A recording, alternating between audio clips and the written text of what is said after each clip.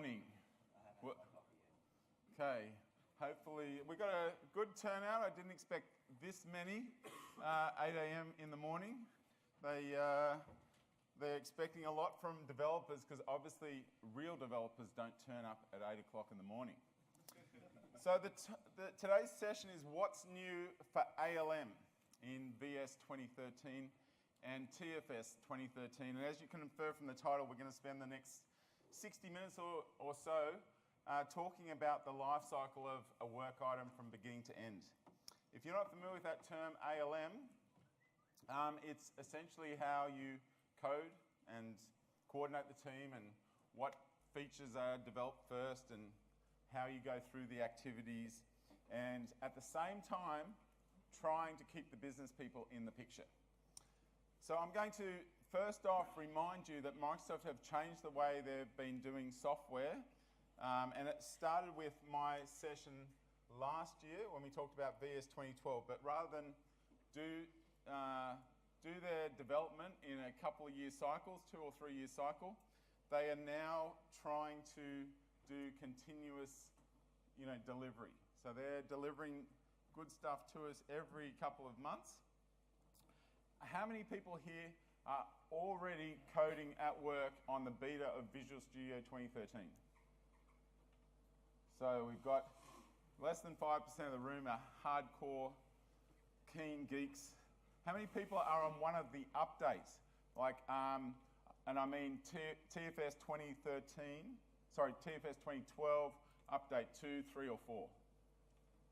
Okay, there we go, 70% of the room. Okay, is anyone still on TFS and Visual Studio 2012 RTM?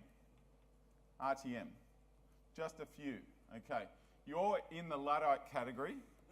You're where my mum would be, sir, with the bandana. I'm watching you. So, is anyone actually on an earlier version, 2010? Jesus, that is very unhealthy. I don't know what to say about that, but you guys, anyone on earlier than 2010? 2, 3. Sir, where do you work? The university. Which one? Which one? I can barely understand, but it had something to do with Queensland in the title, which I expect. Okay. Is southern Queensland, is that like bad? Worse than normal Queensland? No, all right. So, yeah, you need to find a new place to work, probably. Okay. Oh, he actually used 2005. I didn't even ask you, but he's volunteering a lot of information. Excuse me, sir. What's your name? Tony. How wide is your monitor? It's quite wide. Right. Right, it's one of those good ones. And you still clean your mouth, the ball of your mouth? Okay, cool. So, a little about me. I'm the Chief Architect at SSW. We're a Gold Partner. Personally, I am a Regional Director and an MVP. And I've got one of the other MVPs here from Corp. How are you, Ed? Very good. He's coming to check. Another Ed, gee. But he's not from Corp. And, no, oh yes, he's applying for a job. Okay. So I was MVP of the year in 2011, still very proud of that title. And I'm a tweeter, very rarely, okay? There's a few in the audience, I can see their names. Don't tweet during my session, Brian. Okay. Okay. My proudest title, apart from being an MVP, is I'm a soccer coach of my girls, and my girls practice Scrum during their sessions, okay, and that's true. At halftime, we talk about what went well, we go through all the girls, and then we talk about what we need to improve for the next half, and it works quite well. Anyway, so let's go do a quick trip down memory lane. 2002, and there's a couple of guys still using this, obviously. We got a start, and we got some web services. 2003, not much there, but in 2005 we started getting some cool stuff like generics, web testing, and ASP.NET 2. 2008 we got the awesome Link, which we still use today, and MVC1 snuck under. And 2010, we got Quick Search, IntelliTrace, MVC 2 and 3, Test Manager. That was the big stuff for us. 2012, there is heaps of good stuff in there. We got, well, a new Team Explorer. We got NuGet. How many people here incorporate NuGet in their solutions? Okay, there we go, 90%. The ones that aren't, you should be. It's very, very important. Anyway, that came out. We got IntelliTrace in production. And I'm not covering any of that, but all that stuff is really good. If you want to know more about that, I did a session last year. I cover most of that, and it's all still current. So, what's in 2013? Well, we're going to go through this. I've had long discussions with many of the guys in the office, and I've tried to pick out 7 cool things. Some are cool, some are not. We'll see what you think. But as I go through this session, what I'm doing is, I've never done this before, I'm going to try to do the session in a Scrum manner. So we're going to do the entire session going through the whole cycle. How many people here are practicing Scrum in their projects? Okay, there we go. That's probably 90% of the room, okay? It's clearly the dominant agile methodology. How many people have actually read the brand new Scrum 2013 PDF that was released weeks ago? Read it? 2. Okay, there's some homework for you guys. Read that. It's only 15 pages. Okay. All right, here is my agenda. We're going to decide on the source control. We're going to then talk about, we'll have a definition of done, definition of ready.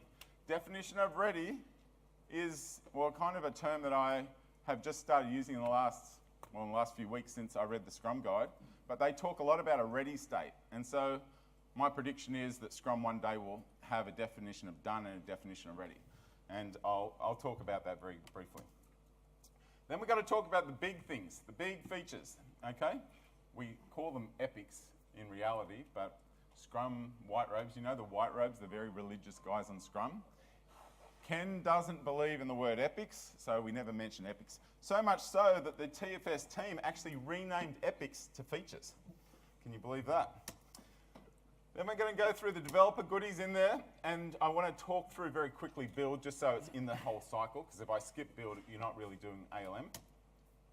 Then I want to talk about something I think is cool, which is web access and code. I want to show off team rooms quickly so you know about it. And then we will be talking about testing. Now, that is the wrong way to explain it to you. Okay, we don't do it like that. We're cool. We organize our stuff. And the first part we'll talk about will be called sprint planning. And we'll go through those initial decisions. We'll make sure we have a little backlog. Damo here will go ahead and enter the backlog for me. Then we're going to do sprint 1, and we go through and hopefully develop a little bit of value. Usually the initial sprint has some architecture decisions and smaller, mainly infrastructure type of things. And then we'll do a sprint review and retro, and then it's time for the testing stuff. And that'll be sprint 2, and that's the next session that I'll do tomorrow with Damo. All right, so sprint planning. So we used to have a title for those dodgy old, stodgy old project managers, wore suits and stuff. But we don't have that anymore. What do we have? What do we have? Scrum Master. Very good. Scrum Master is not, he's cool. And so, just so you remember who I am, I will be looking like a real Scrum Master. Okay. I had a moustache, if you saw it during the keynote, but my wife made me get rid of it, so sorry about that. So I'm going to have a couple of roles, and just so you know, I'm just going to switch hats as we go, so you know where we are. We're in the very beginning, sprint planning. The Scrum Master has turned up and he's setting a couple of the boundaries, making sure the process is being followed, and this should happen. Who's got an awesome Scrum Master at their company? Okay, well, not very many. Who's got a dodgy one? Okay, all right, half and half. Okay, it is important to have a good, strong Scrum Master. So last year or the year before, I gave you all a poster, and I printed it out. I have updated posters, which I've just finished yesterday, and I've just tweeted this morning. I have printouts. I'm going to give that to you at the end if you want to have it. All right? It's got all the new, all the changes from 2013. But anyway, as a Scrum Master, I'd just explain to the product owner usually the process. Now, most of the problems I have had in the last 12 months, I would say, would be related around a product owner. Product owners can cause problems, and they know what they need, but from a high level, they often don't know exactly what they need. And obviously, the devil is in the details, and if they become switched off or they're not giving you enough information, you're going to have trouble. So, they know the business problem. They often don't know exactly what they want. The devil's in the details, and then we're in trouble. So what I decide to do, if I could just switch to this monitor, yep. I am just going to play something I've just made and put out today. The product owner is responsible for maximizing the value of the product and the work of the development team. How this is done may vary widely across organizations, Scrum teams, and individuals. The product owner is the sole person responsible for managing the product backlog. Product backlog management includes clearly expressing product backlog items, ordering the items in the product backlog to best achieve goals and missions, ensuring the value of the work the development team performs, ensuring that the product backlog is visible, transparent, and clear to all, and shows what the Scrum team will work on next, and ensuring the development team understands items in the product backlog to the level needed. The product owner may do the above work, or have the development team do it. However, the product owner remains accountable. The product owner is one person, not a committee. The product owner may represent the desires of a committee in the product backlog, but those wanting to change a backlog item's priority must convince the product owner. For the product owner to succeed, the entire organization must respect his or her decisions. The product owner's decisions are visible in the content and ordering of the product backlog. No one is allowed to tell the development team to work from a different set of requirements, and the development team isn't allowed to act on what anyone else says. So, there you have it. Let's quickly review. Your tasks as a product owner are to clearly express product backlog items, prioritize and order PBIs, ensure the value of the work delivered, ensure that the product backlog is visible and clear to all, and ensure that the team fully understands the product backlog. So that's the role of the product owner, straight from the Scrum Guide. A bad product owner will send your team off on the wrong direction, but if you follow these rules, you'll maximize the value you get from your team. All right, enough of that. Okay, so what I've gone away from is the idea of getting them to, read a section of stuff, ask them to read the Scrum Guide, try and explain it to them. I'm just going to be, from now on, getting them to watch the video. So we'll see how that goes. I'll report back next year. All right, so explain that. I'm still the Scrum Master. We need to establish a definition of done. Just make sure, who has a definition of done? I don't want to have to explain this, come on. How many people have a definition of done? Oh God, that's not healthy. But 60% of you have a definition of done. I expected more since you're all doing Scrum, but I've just got a link down there, you can read that later. The next thing I really want to talk about is the definition of ready, because this is a concept that doesn't exist yet, but I think it will start. And that is, what state is the PBI in before we start it? Okay? The customer has given us, as a marketing girl, I want to search for customers so that I can call them up. Okay, I've got to use a story. Can I start working? I'll ask Mr. University. Yes? Would you start working? You know what to do? No. Why? No, because he's not ready to work, because he's using the wrong version of Visual Studio. Okay. Who would or wouldn't? Gee, I wish there were Americans in my audience, because they always talk. All right, and this is too early. There's one. Ed, would you start work? No, I need a definition of done. We have a definition of done. I just set it up. Were you listening? Okay. Now we're about to start the work. Yes, sir? You need acceptance criteria? You're very good. Yes. I will give you a reference, sir. You need acceptance criteria, because if the product owner can't give you acceptance criteria, you actually don't know when you're done. So I am going to advise you, if you ask a product owner to just explain to me how this will look. And sometimes they honestly can't tell you because they don't know what it will look like. Just say politely, I'm sorry, sir, I am not going to do that task because I won't know when I'm done. Okay? So that's what my advice is. We'll see how many of you keep your jobs. But that is what you should do. And I'd push back on that. Anyway, there's more about that, and I've kind of documented that definition of ready. You can get some ideas. I would just do some thinking about it. Now, I want to ask you, do you do your work items in Visual Studio or in the browser? How many people are entering their work items in Visual Studio? Hands up. So, yes, that's only 10% of the room. How many people are doing it in the browser? All right, that's 90% of the room. Now, I know I contrived those answers, but last year I said this during my session. I showed you the new web UI and I said you'll all quickly discover that the web UI is the richest experience and you'll all switch to using the browser. I'm almost there, okay? I know it's probably 50-50, but we'll say 90%, because then you'll believe my predictions this year.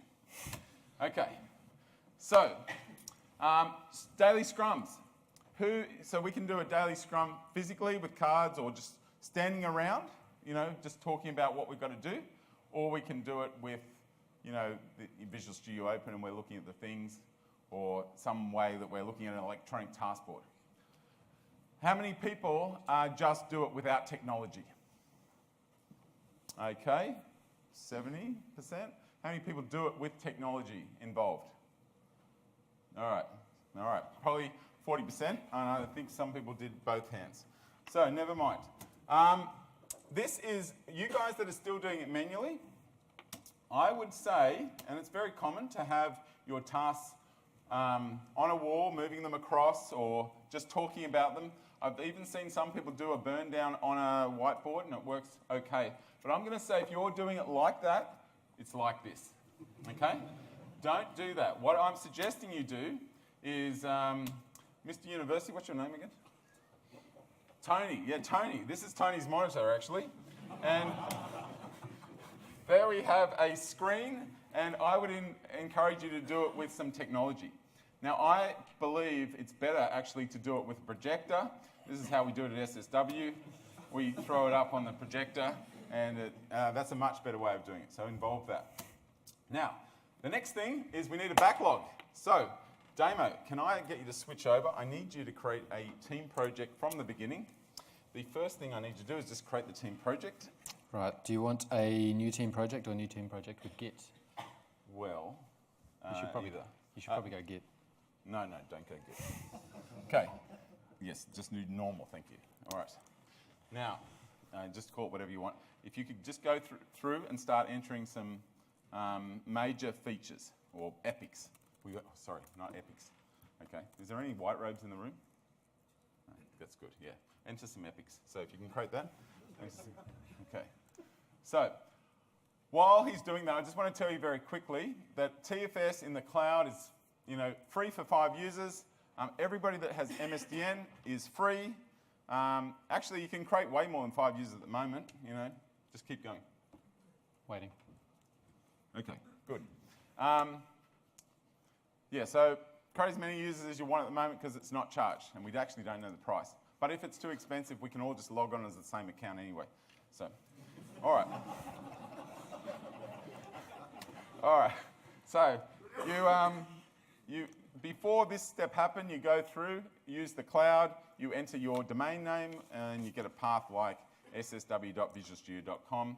And I want you to enter the major features that we're doing during this session. All right.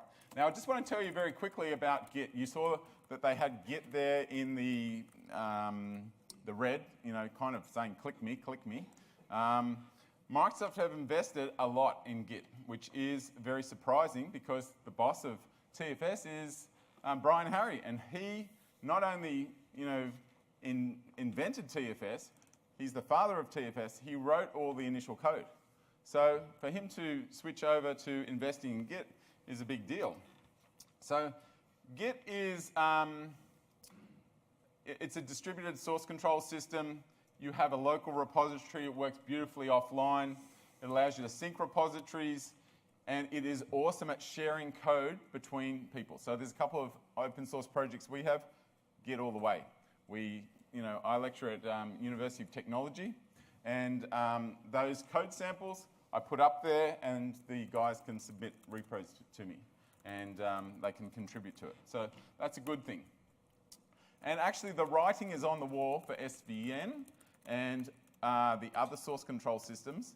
In fact, I'll tell you something, that there is only 2 source control systems that are actually increasing in market share at the moment. All the others are, not increasing.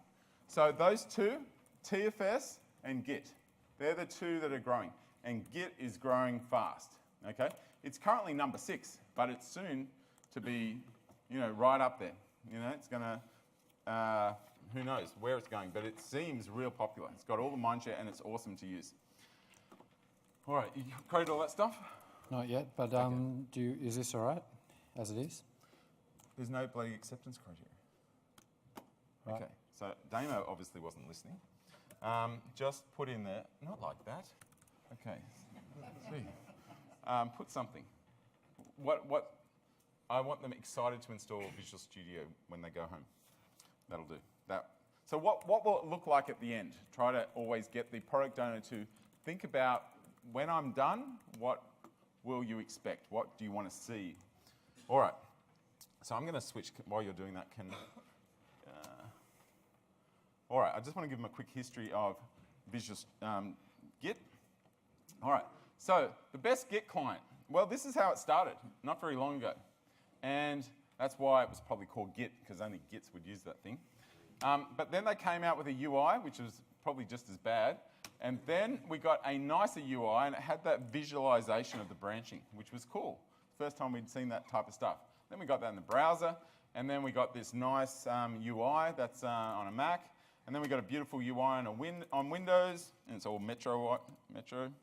Not enough colors probably, but that was pretty good.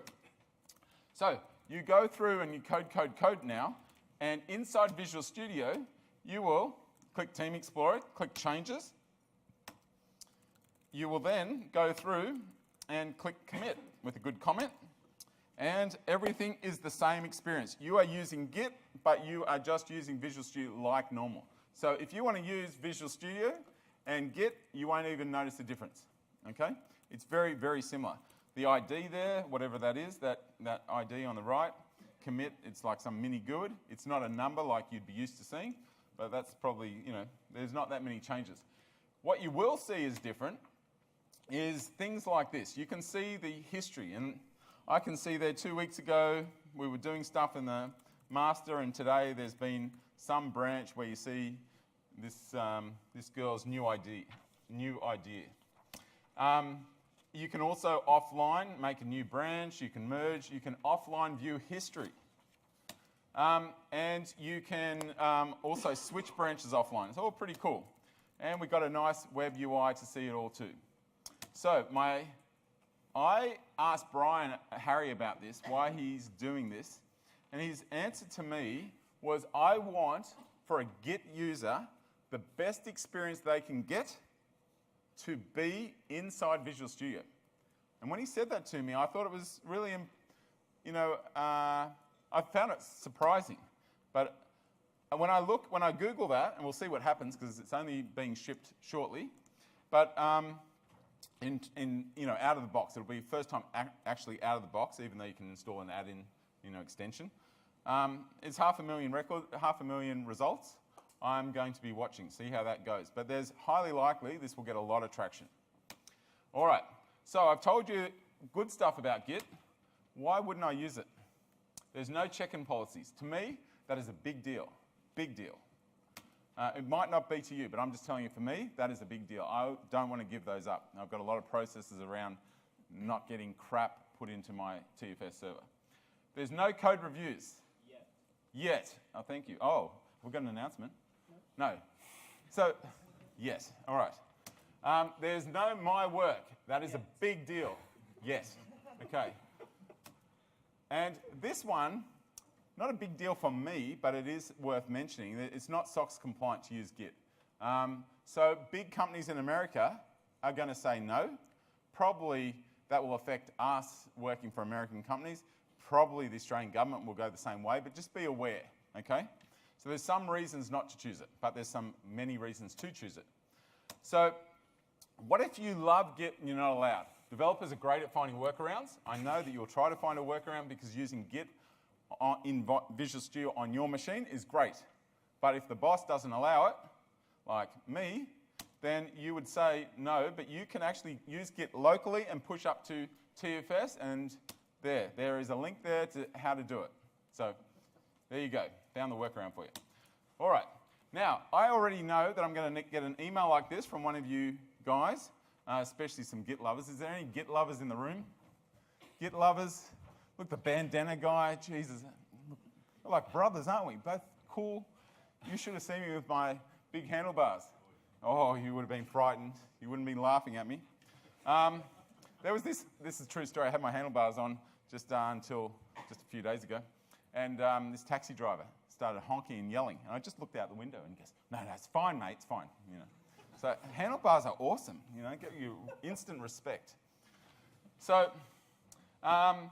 you're going to tell me that you can't do everything in Visual Studio, Adam. It's not possible. There's so much stuff in the Git client and command lines and all this other stuff. I'm going to tell you I'm aware of that, but my prediction is that that stuff will remain hidden. That stuff will not come up to the Visual Studio UI. I don't know, but I don't expect it to, because all that type of stuff is quite dangerous, and you can get, you know, any Git will get themselves in a mess if that stuff is put in there. But Ed will tell you if I'm wrong. All right. So the next thing that we need is we need to create a nice backlog. And I assume, can I switch over to you? Sure. You have gone ahead and done all that? I have. So there we go. That's an awesome backlog. If you click on features up there, so the things to note that's different is over on the left, he's got features. And check this out, there's a color there. Can you believe that one? There is actually a color. It's actually purple. You see purple, it means a feature. Okay, and actually here on the right hand, we've got the same thing. So if you see blue, it's a backlog item, PBI. If you see yellow, it's a task. So if you could just switch down, yeah, that's fine. So we'll go down the next level down, and we will see that that one has 4 items under it. So I would now go and put those, if I'm happy with those, into sprint 1, and we would kick off, well, you can click, oh, actually, you can go and, do you want to show that you can enter sub-tasks under here? And you can go off and actually start entering some sub-tasks and things like that. So they see that there. That would be great. All right. So while you're doing that, I just want to talk about the next thing that, so he's just going to enter all those underneath. And go, no, you can keep going. I'll watch you enter a couple. Remaining work, okay, he's estimating the tasks as we go. And, yeah, save and close. Enter go to that PBI, yep, and actually, can you do something for me? Go to the PBI, this guy, yep, open that up. Now add an item under the task. Yep, let's just do it that way. Hey, do you see there is a comment box there? Ed, I'd love to know an answer on this. Just push Ed. Ed is cool, you know. He's very sensitive. I don't want to say anything bad about him. See that? Okay. That Ed is cool. Where does that actually go? It's just a field. Like, you know, developers are often upset about things and they write in their code. This code is shit. It's in the link. Yes. No, you click on the link. Is it in the link? Yeah. Yeah. You can customize that column right there to show the comment. Right. Okay. So we enter it, but then you have to do some customizing of the process template to actually see the data you've entered into. Yeah, that's a good one, Ed. API. That's. Oh yeah, use the API and you can see the Ed is cool. So you can actually just enter some garbage in there. Anyway, so can I go back to mine? I just want to tell you the Scrum Master's got to set up a couple of other things. The war room. So that is, you've got to have a nice war room, nice environment, get some cold water and all that type of stuff. I would put up on the wall the definition of done, the definition of ready, and I like to put up all the roadmap. So that roadmap, that should have looked like that in that room. And then everybody knows what are the big features. All right. So, and we don't have to do that on paper. Write a book and release a movie. Say again? Sorry, my throat. You missed write a book and release a movie on that? Oh, I missed writing a book and release a movie. Who's writing a book and releasing a movie? They wrote a book and they released it. Who's they? I don't know, someone. Someone. Team 6 or whatever it is. Oh, yes, the actual team. That's right. The team themselves that killed Bin Laden released a book and made a movie. Yes, very cool. So the snipers become famous in their own right. Awesome. So anyway, my main point, I didn't mean to distract him. At least it wasn't the university guy. So my main point is this part now can actually be done electronically where we couldn't do it before. And that is the features that Damo's entering. So now we view the backlog, and I'll just take you through what he's just done to recap. You click on features for epics, you go through, you enter acceptance criteria, you click on that, you enter all the sub-PBIs, all right? Then you can tag them. Did you tag them as you went? I did. Yep, okay.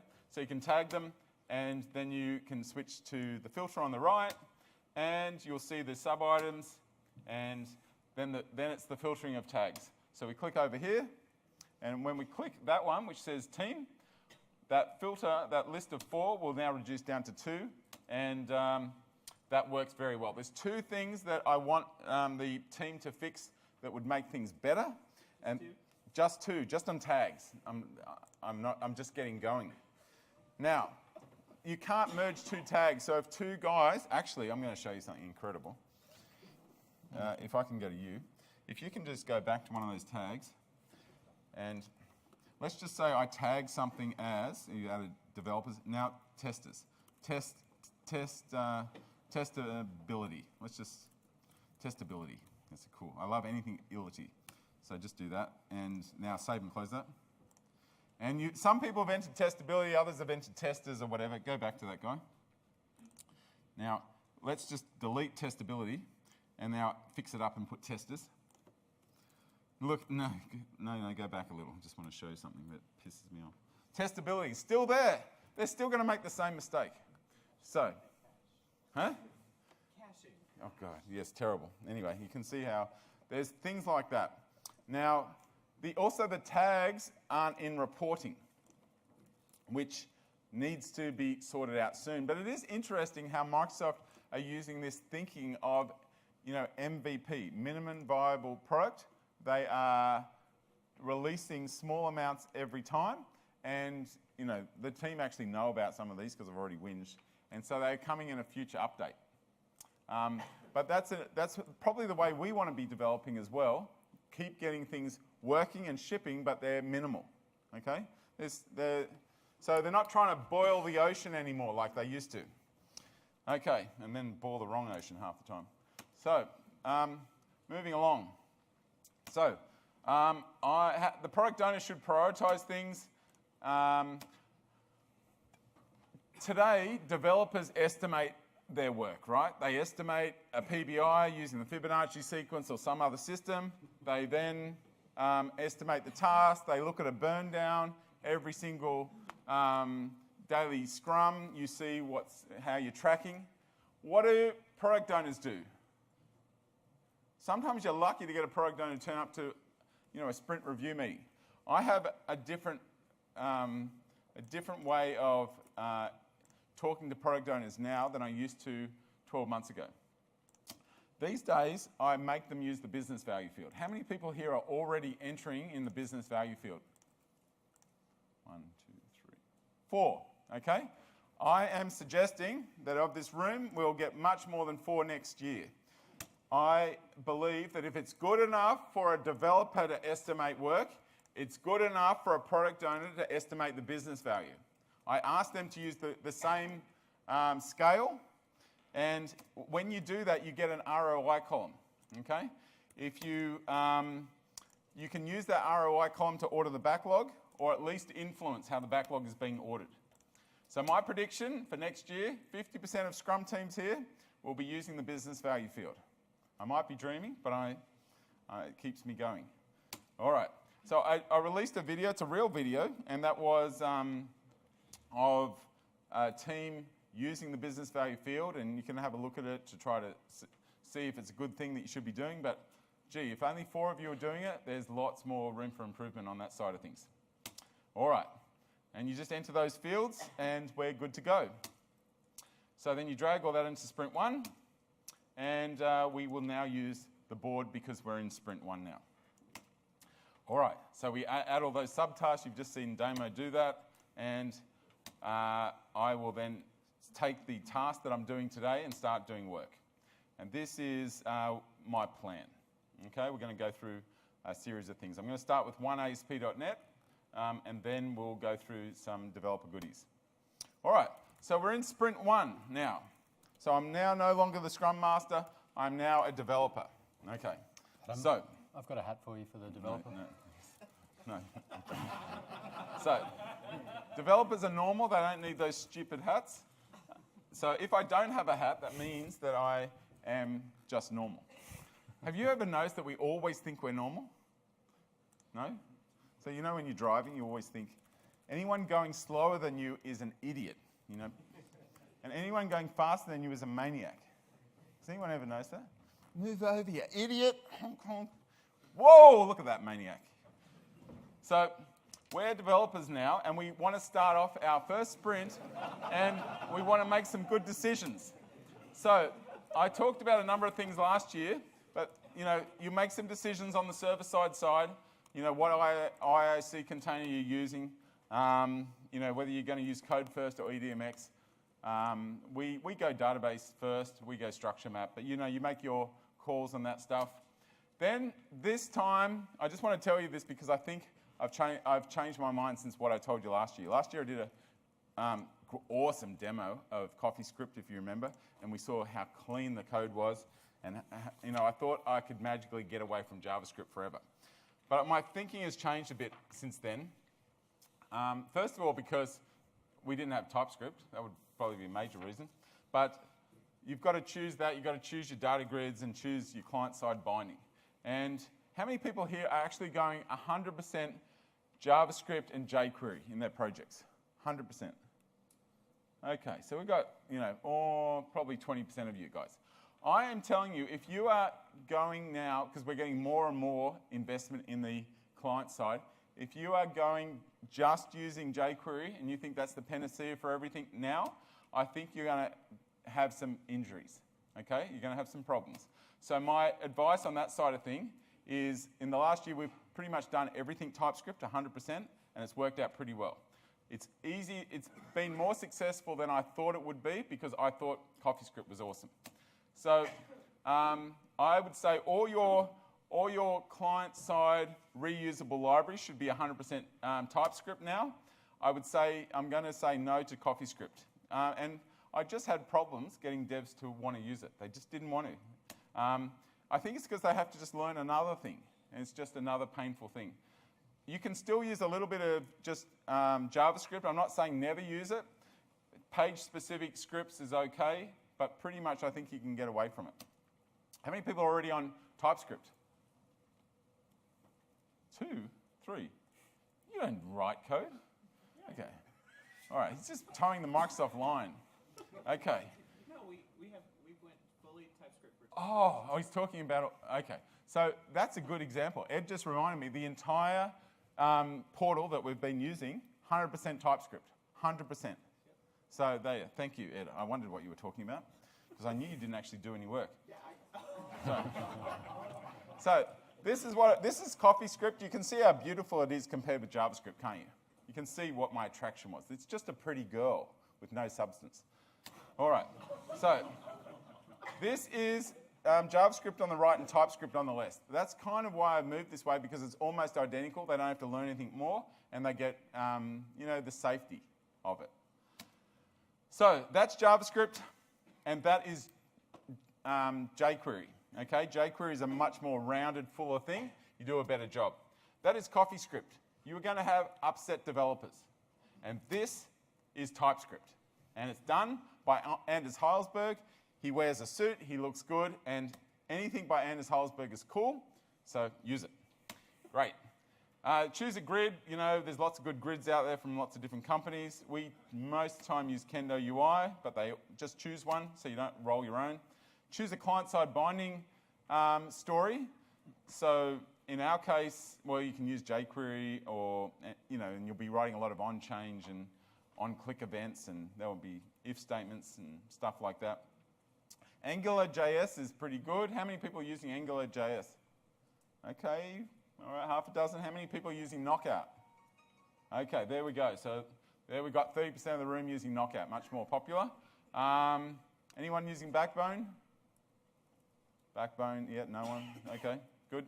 Anyway, choose one of those. I'm going to tell you that, Knockout is pretty, well, it's our favorite anyway. And as you can see here, we're doing a bit of binding here. And you can see that it's very much like, we don't see an if statement in sight, even though we've got conditional logic there. So that's kind of how it works. It's very simple, and it reduces all your code, and it just makes it feel like Windows Forms again. Okay, it's nice and just all that binding. So choose choose a binding solution. Doesn't matter which one. Okay, so we've done some architecture decisions in the first sprint. It's time to move on and do some work. I am going to start off with ASP.NET 1, or 1ASP.NET. It basically is a nice way of choosing a template. So things are much nicer than before. And that's what we had before, where you were pretty much, you had to choose one, and it was always intimidating. And now this is what we have now. We have just one, so you can't get anything wrong anymore. You choose that, and then you choose your options. And Microsoft actually help you out if you choose they warn you not to choose certain options. And so you shouldn't have as many problems as you had before. They've even made Silverlight the default, which is surprising. No, I'm just screwing with you guys. It's not there. Silverlight's not there. Okay, just screwing with you. Okay. So we'll go through. We'll choose a template. I will just switch over to my machine. And where am I? All right. So I'll just minimize this. I'll open up Visual Studio, and we'll just go File, New, Project. You can see that we have this, and I'll give that no name. I'll just enter that, and here we have. All right. There should be a warning on web form, shouldn't there? But actually, the cool thing is that all these investments, if you're on a web forms project, you are getting a whole lot of new goodness that is coming through from MVC now. And in fact, a lot of our projects, our MVC projects, have a little bit of web forms, or a few web form parts for the reporting side. So anyway, you would choose the web API, choose add unit tests, configure authentication. I would set it up with Facebook or Google or whatever. And then we just create the project, and that's done. Pretty good. I want to announce something. In Visual Studio 2013, we now have 64-bit edit and continue. Yes. Thank you. I don't know how long we've been waiting for that. It has been too long, Ed, way too long for that. I know. It's just ordinary. How many times do you have to give me a git option? I don't want that many. Okay. There's a checkbox there. Yeah, oh yeah, I know. I saw the checkbox. Right, don't worry. What did you call this project? TechEd TechEd. 2013. There you go. Okay, thank you. I better make a folder. I'll call that trunk. Why don't you just make a trunk folder for me, Ed? Good suggestion. Good suggestion. All right, you can. Of course, return on investment. Yes, a return on investment. There's not much investment in defaulting that. Anyway, I guess I'll just press F5 and see what's out of the box. And you will see we have a nice template now. It looks quite nice. And the first thing I cared about, whether it was responsive or not.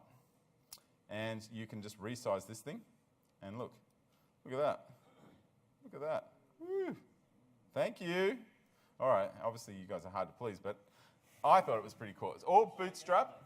If you put any dev on your project, you want to make sure they know Bootstrap. If they don't know Bootstrap, go home on the weekend, learn a bit, and don't join my team until you know it, because you don't want to be stuffing around with UI things from product owners, align that, make that look nice, put a button there. You know, if you do that, you can concentrate on the code and it'll look reasonably good, and that's what they've done here. All right, so if you click login here, and I will just check everything's good because it wires up all this authentication. And we will see a username and password field here. And that's good. There, it's all wired up. It's all going to work out of the box. If you want something like Facebook or Google, which I don't have, let me just come over here and I will just do... we're still running the code, by the way. And I'm going to go to login. Oh, I don't want that one. That one. I've got to tell you about something cool. Control, comma. Okay, how many people already know that one? Control, comma. Okay, all right, not very many. So that is the... If that's all you remember from the session, that's pretty good. So we'll go to login. I'll go to, see, you go to these things and it'll just take you to wherever. And it's just one click, it's showing you. So I'm going to go in there. I might have a look. I'll type auth. That didn't find what I wanted. Oh, what am I doing? Control, comma, auth. Yep, we'll go to... That one looks okay. And I'm just going to put a breakpoint here. And I will come over here and I'll click restart. So I'll put a breakpoint. It will load it up again. And we've dropped into here. I'm just going to scroll down a little bit. See all these? I can put Twitter or Facebook or, I'm just going to see if I get thrown out of the conference. We'll put Google. And then we press continue. And I'm going to come back here, press login, and look at that. Oh, all right, okay. Edit and continue. All right. Who is happy about getting that back? Oh, 80%. Who's not happy about that? Not happy. And the only guy that non-stop tweets is not happy. This is not going to be a very good representation. Why are you happy, Brian? No, it's just most line of business application. I don't see why you use an external service like that. You don't know why you'd use an external... Oh, you're talking about Google. I'm talking about... No, any. You wouldn't use Google or Facebook or Twitter. No. Yeah, don't worry about that. I was showing you edit and continue. You were looking at the rabbit. You were looking... Gee, those tweets are now invalid. Stop complaining. All right. I was showing you how cool the edit and continue was. Anyway, forget about that. That obviously didn't go too well. I will come back here. I do want to just recap what we just did. You choose MVC. There is one thing, Ed, that I would like. You've given me everything there except a checkbox for a reporting solution. So that is one thing that I would love out of the box to work. You've got a couple of options. I put it there. You can use iframe or render a PDF directly. We typically choose the third option there where we host web forms. We host web forms and we throw in the old report viewer control. And that, because every solution needs a couple of PDFs that they actually physically print. And so that's how we do it like that. And of course we have all the beautiful parameters in MVC, not in reporting services, and that kind of works. That will work with the server or without the server. Anyway. You'll notice that I checked the checkbox. The web API, all I want to tell you is the web API rocks. You can pretty much use it all the time. You can delete all your knowledge of WCF, Makes you feel stupid anyway because it's too complicated. But this is all you need to do. Use WCF, inherit from, and it just works nicely. We did that, and we saw that responsive UI. Great. Uses Twitter Bootstrap and it's responsive UI, we're all good. I do want to tell you one thing that I want you to be aware of, because that 64-bit edit and continue, the 64-bit edit and continue is enabled by default on brand new projects, okay? So that will just work. All projects you upgrade, it will not work. You have to go and actually check a checkbox. You will never see this box anymore. You won't see this, which is kind of good, but there's also some bad. In our company, the policy is it must be turned off, okay? And there is, and I'll tell you why we tell you to turn it off, is because I want the guys always doing TDD. If you see a bug, I don't actually want you changing the code instantly. I want you to look at that and go, where is the test failing? Because I want to see red before I fix something. So just the only people that should be allowed to turn that thing on is a responsible developer who has already written a unit test and can't work it out. So the unit test is there, the unit test is failing, and now they're trying to make changes on the fly to see if the unit test will pass, not to see if the code will pass. Do you understand the difference? That's, if you want to be religious, just turn that thing off or use it judiciously. Okay, but anyway, all that security stuff was great. I'm still wondering why Brian whinged about it, because all you have to do is uncomment some code and you're a security expert, okay? You can even put on your resume that you're an expert, that you know Twitter security, Facebook security, all this stuff. You can put me as a reference. Nobody even checks them anyway, so it's just another bow to your bow and arrows. Anyway, I talk about that edit and continue on a rule if you want to know a bit more about why you should turn it off by default. There it is. Or leave it on if you have a failing unit test. All right, I don't want to talk about this UI stuff because you all booed me last year when I showed you the black and white UI. And I don't even do it. You know, I don't know why I get in trouble for what Microsoft do. But there's 17, you know, we all get 10 votes. I can never believe that you've used 1,700 votes on this color stuff. You know, it seems like a waste of votes, but there's another one there with another 2,000. There's so many votes get thrown around. But you'll be very pleased. In the RC, in the preview we have today. The preview we have today, that's what it looks like. Colors! Aren't you happy? All right. Now that's just the preview. The newer build that I have, all gone. Okay. So, and probably by RTM it'll be completely black and white. Those last remaining colors will be gone. Anyway, one of the guys put this stupid thing in. Apparently that's cool. It's just a cat, but whatever. So, now it's time to check in. And I should come back to my machine here. I have finished doing all my login stuff. I will minimize all that.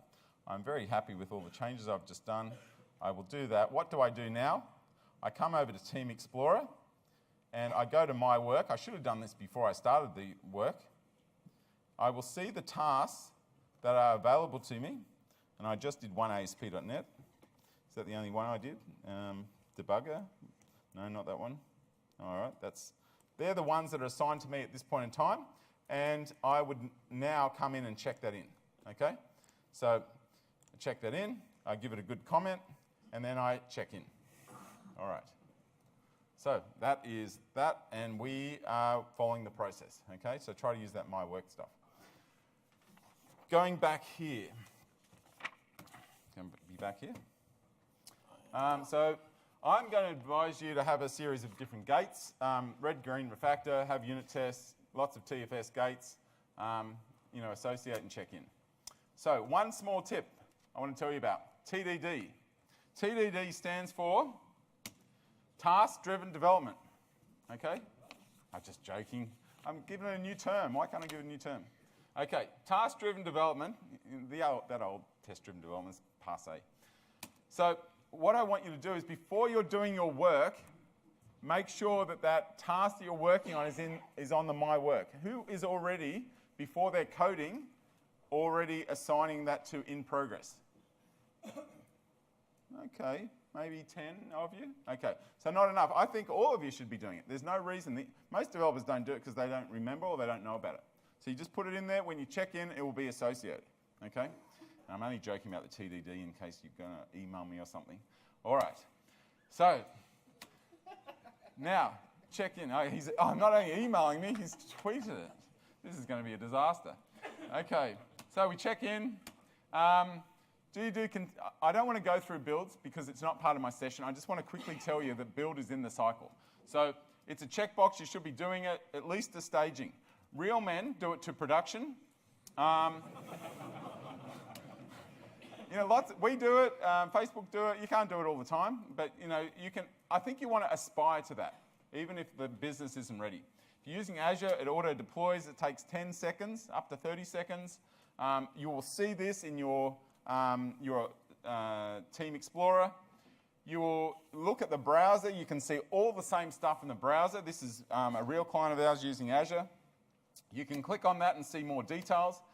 This particular client, you can see, if you look closely, I've thrown in a screenshot, it deploys on every check-in. It takes 5 minutes. They're using 3 Azure cloud services. That's the cycle if you're using it. It works well. Make sure you've got your change sets. Make sure you've got your work items. I know I'm going fast, but I want you to see this. When you do it this way, you can go back to the task and see which build that fixes in. Okay? And that is pretty cool. You've got all this today, and you can be using this today. That is handy for testers that want to know when was that one fixed. Okay? So, guys, put the notification down the tray. I would pretty much tell you to turn off all those notifications there so it's not noisy. I wish this would, give me a checkbox there, open up the team room when there's a failure. Because the first thing you want to do, Ed, is when you have a failure, you want to see what's happened. And then straight off to the team room would be good. Type that, please. Okay, great. Okay, he's telling me to enter it in user voice. Okay, so the other thing is you really want to get to, being able to have continuous deployment, to staging continuous deployment to production. There's always going to be a rogue guy. The best, you can humiliate. Some devs don't get humiliated. I don't know why.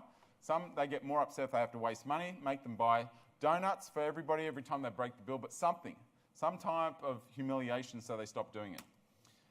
So, aim for automated deployments, integrate with work items like I just said, punish the idiots, and then it's the manual tests and automated tests.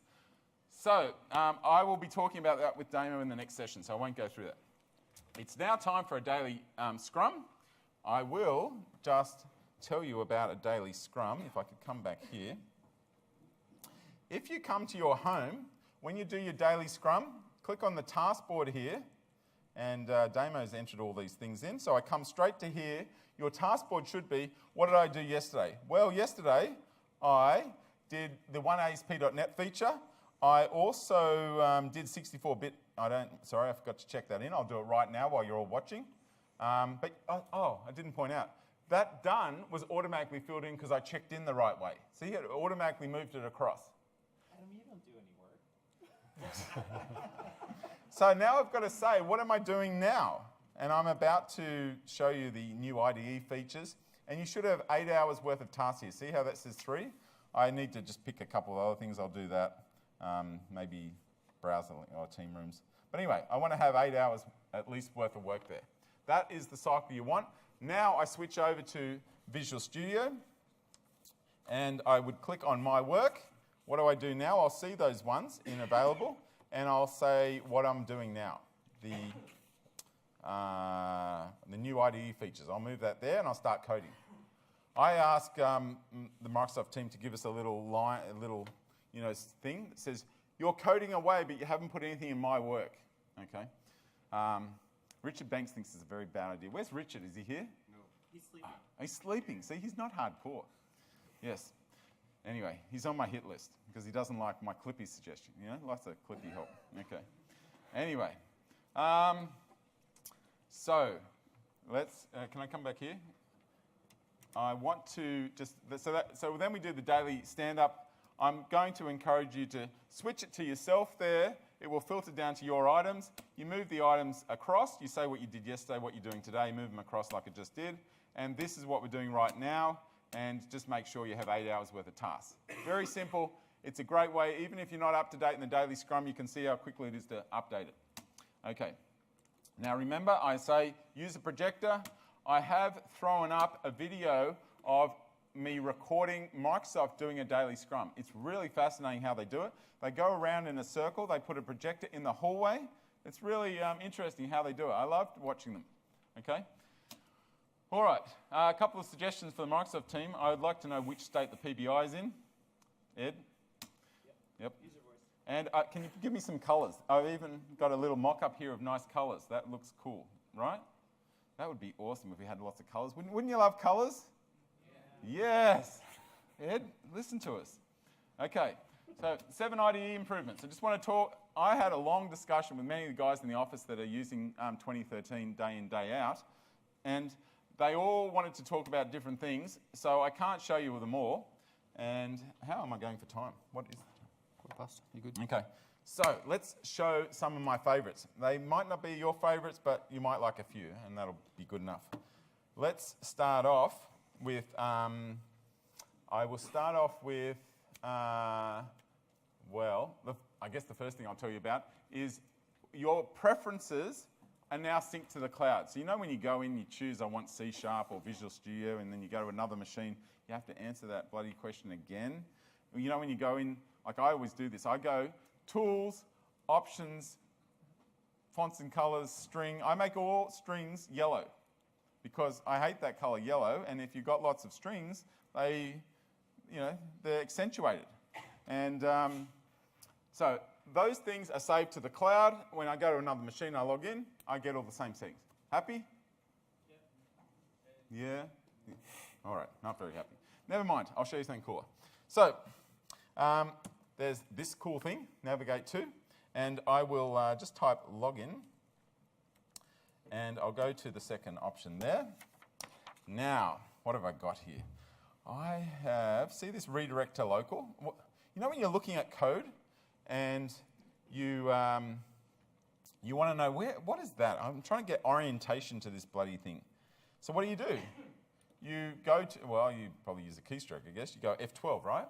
And we go down, and we flick away, and we lose orientation. You have to know the keystroke to get back. Mr. University, what is it? Control minus, obviously. He does everything with the mouse. And you get back and get orientation. It's a little bit like being on a freeway. You want to know exactly where you are. Instead of there being signs to tell you where you are, you have to exit the freeway, okay? Now, in Sydney, you could end up in Mount Druitt just exiting the freeway. You don't want to do that. Then you have to get back on the freeway, all right? Here, you could end up in Logan or somewhere, or the Valley, or, something terrible. And you don't want to do that. You just want to stay on the same road. And that is why I am going to show you this. Don't do F12 anymore. F12's kaput. Alt F12. All right, that just didn't work. I thought you were going to be cheering. I'm going to start again. Don't use F12 anymore. It's finished. What you do is you come in here and you go Alt F12. All right. Isn't that awesome? And actually, I didn't notice this, but you can actually edit in here. Is that cool? Damo, what do you think? I think your comment strikes a long way. Jesus Christ. Okay, all right. No, forget that. All right. Great. Anyway, that is that. Who thinks that's awesome? All right. I think we've got nearly 100% on that one. All right, that's good. So the next one, I wanted to show, that's called peak, okay? Peak. Yes, sir? What's the first icon? That thing. Promote to the document. So if that's in another file, that will be your document. Yes, good question. Okay, so, yes, sir? What happens if you press Alt F12 from within the second window? What happens if you're in here and you press Alt F12? Inception. That is yes, Inception. Okay. That was a weird question. Thank you. All right. Okay. I want to show you another thing that I thought was cool. Some of the guys didn't, but if we come up here and we select these guys. Now, Microsoft have given lots of these areas where you don't have to actually have you have to pick up the mouse, drag that up. If we want to move that to the top, you don't have to move that to the top anymore. You can use no mouse, keyboard only, Alt up. And see how it's moving up? Now the friggin' scrolling, look at this scrolling, it's a bit wonky, but I am moving it up. You see, I can move that up to the very top with no mouse. Who thinks that's awesome? Not so many. All right. 30% of you thought that was awesome. All right. I can tell you something, NDA. Next year, Visual Studio 2014, it's going to be voice recognized. And so you can just go. There'll be no keyboard, no mouse, just up, up, up, up. So I go to the top. Will you be impressed when we get that one? Yes, all right. Actually, what we need, Ed, is we need a Connect version. And so, because everyone will get sick of everybody yelling out to computers all over, and we just go. And the code just moves up. It detects your heartbeat too. Oh, it detects your heart. Wasn't that? Get exercise. Yes. Oh, we're doing just 3 days ago, Ed is telling me about exercise. This is sad. All right. So, 3 days ago, my daughter for Father's Day bought me a Fitbit. Isn't that awesome? And who's got a Fitbit? Yep. Okay. Yeah. Well, I guess we're in a room of programmers. At least 3. That's good. That's a good percentage. But it's awesome. You know, it gives you a little buzz every time you hit it 10,000 steps. I encourage you to get it because we have an unhealthy job. Okay, until we get the Connect Visual Studio censored, we need a Fitbit. Anyway, so pair programming, yes, there'll be a bit of biff if you know, because you want to go up that way. Anyway, don't worry. Anyway, I want to show you my next favorite, and that is called Code Lens. And if you hover over here, so Code Lens today, you'll do things like, if we go to secrets, you will do this dodgy stuff, find all references. And then you come down here and then you click this and see, it's taking me all over. I'm back in the valley again, Logan. And click this one and then Mount Druitt, you know.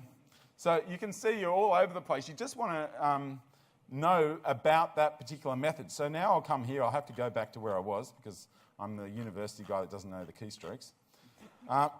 So we'll come back here. You can click on this. See the 7 references? No mouse. Oh, no mouse. Oh, sorry.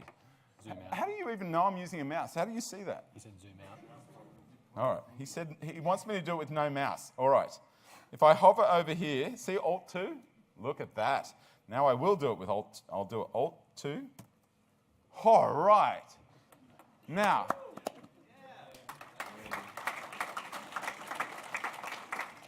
So I thought this was awesome. I thought that it'd be much louder cheers. Now, I'm very disappointed in that. But never mind. If you hover, see how you hover, you can see more on the right? There's none of that, click here, reorientate, click here, reorientate. This is awesome. You know? Oh, all right. In America, there would have been so much cheering. It would have been like the next room would have heard, wouldn't they, Ed? Right. Yes. We're just reserved. That cheering meant they were very excited and they're very thankful to you. Aussies are reserved. Yeah, we're reserved, except when we're drunk. Yes. Okay. So that stuff to me, there's a couple of reasons why I think that is awesome. Because it's actually built on some cool technology. You probably won't know much about this, but there's something came out called Roslyn.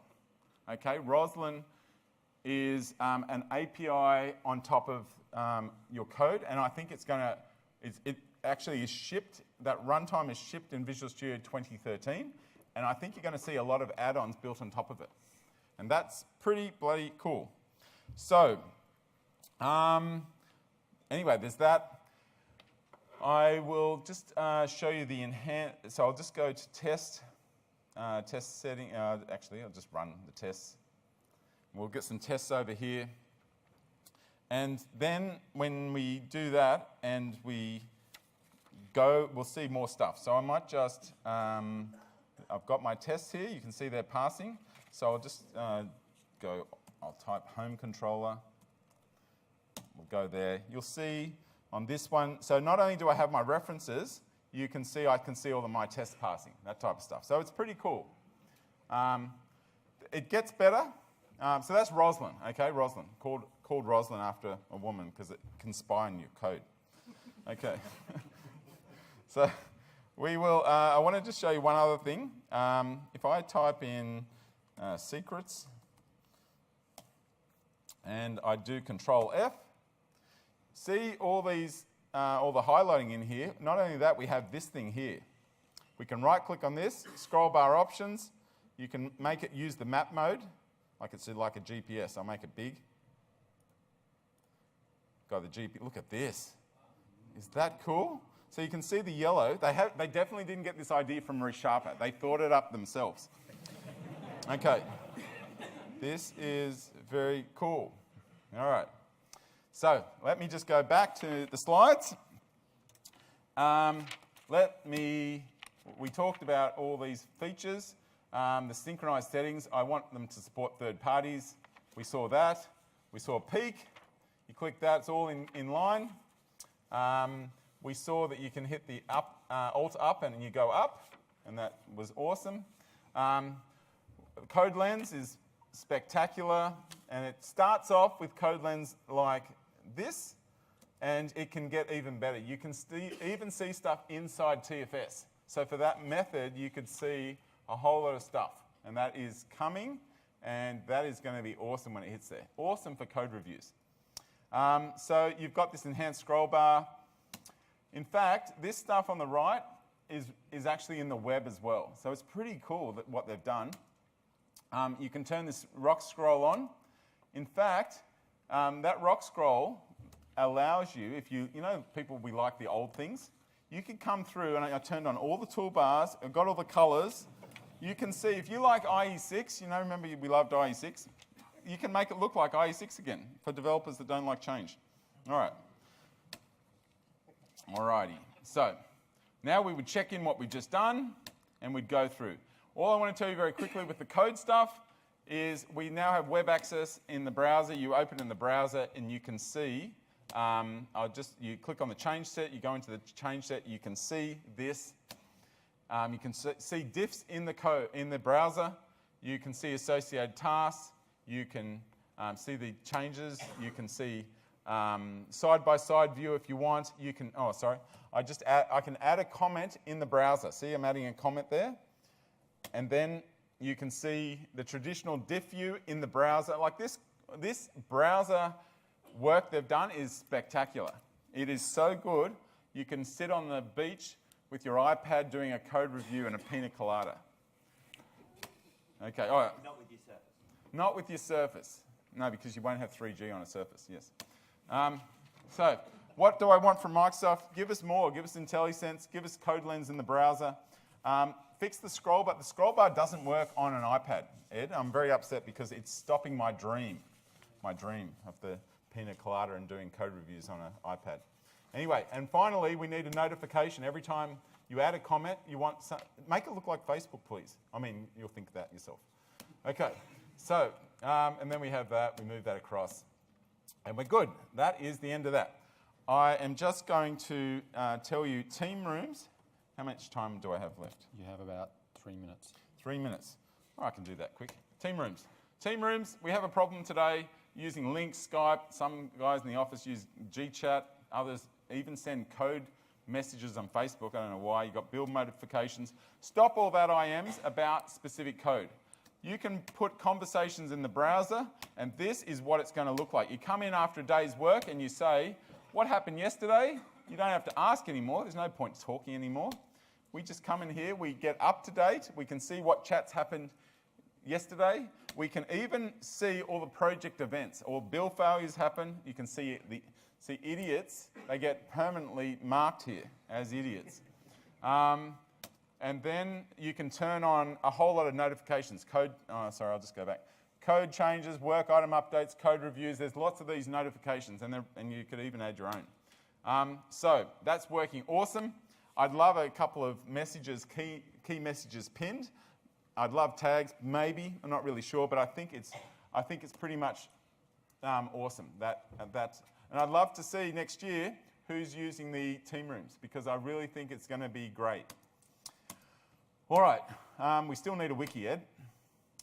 Last few things I'm going to tell you is we've got the debugging stuff in the browser. The debugging stuff for the web developer is awesome. I am not going to go into it now because you guys are all going to go to Mad's session. If Mad has come all the way from Corp. Is he from Corp? Yes, even though he's got that weird accent. He is from Corp. He is a gun. You should go to his session. Nobody knows more about this than him because he writes it all. Okay, so very quickly, you'll see these linked browsers if you don't know. You also, you also have this visualizing code with this code map. And this code map, I actually wonder if you guys will use the code map a lot because it's a completely different paradigm, but I don't see that it has much use on code you've written yourself because you kind of got a picture in your head of what what it looks like. But on code you've never seen and you're investigating, you kind of start using paper, and it'll be interesting to see if you guys use this code map a lot. I've tried it and it's quite good, okay? You can even right-click on certain things and make comments, etc. So you follow what you're doing with F10 or F11, step by step. You can see it all, visualization. It's nice.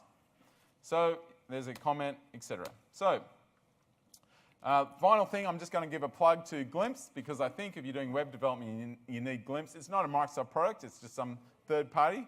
It's done by some guy in Brisbane. His name's Anthony van der Hoogen, something like that. And it is awesome. You can, especially if you're doing MVC, there's a whole lot of MVC specific stuff.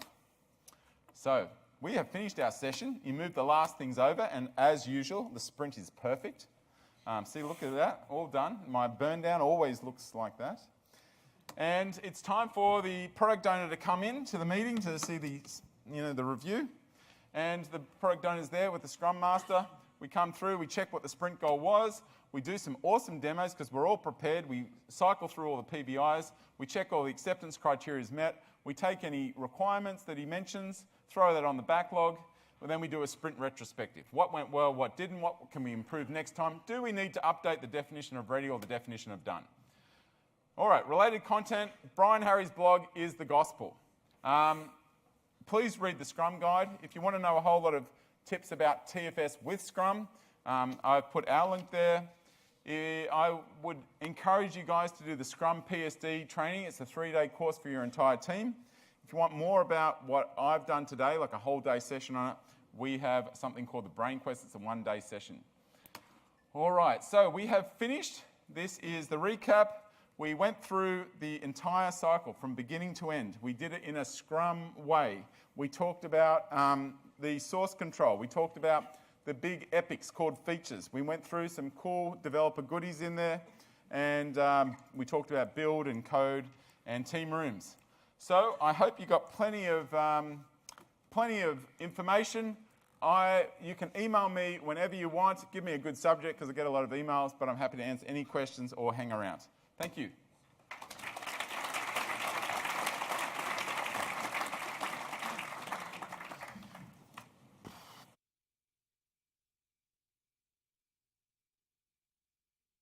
You can't see shiny cars.